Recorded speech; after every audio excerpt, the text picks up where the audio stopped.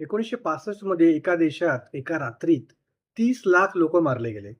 हे हॉलोकॉस्ट नंतरचं सर्वात मोठं मास किलिंग होतं. पण जग गप्प बसलं. कारण सियाला हे हवं होतं. नमस्कार मित्रांनो, तुम्ही पाहताय जगात काय चाललंय. इंडोनेशियाचे प्रेसिडेंट सुकार्नो हे नॉन अलाइंड होते. म्हणजे अमेरिकेच्या बाजून देखील नाहीत आणि रशियाच्या बाजून देखील नाही. अमेरिकेला हे नको होतं.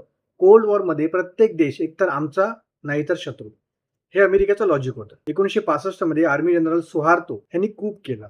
सीआयने त्यांना पूर्णपणे सपोर्ट दिला, पैसे दिले, वेपन्स दिले आणि सर्वात महत्वाचं कम्युनिस्ट म्हणून संशय असलेल्या लोकांची लिस्ट दिली. त्या लिस्टवरच्या लोकांना एक एक करून शोधलं आणि मारलं. शेतकरी, टीचर्स, इंटेलेक्च्युअल्स आणि युनियन वर्कर्स. जो कोणी सुकार्नोला सपोर्ट करायचा तो कम्युनिस्ट ठरला. या सगळ्यात 30 लाख लोक मारले गेले.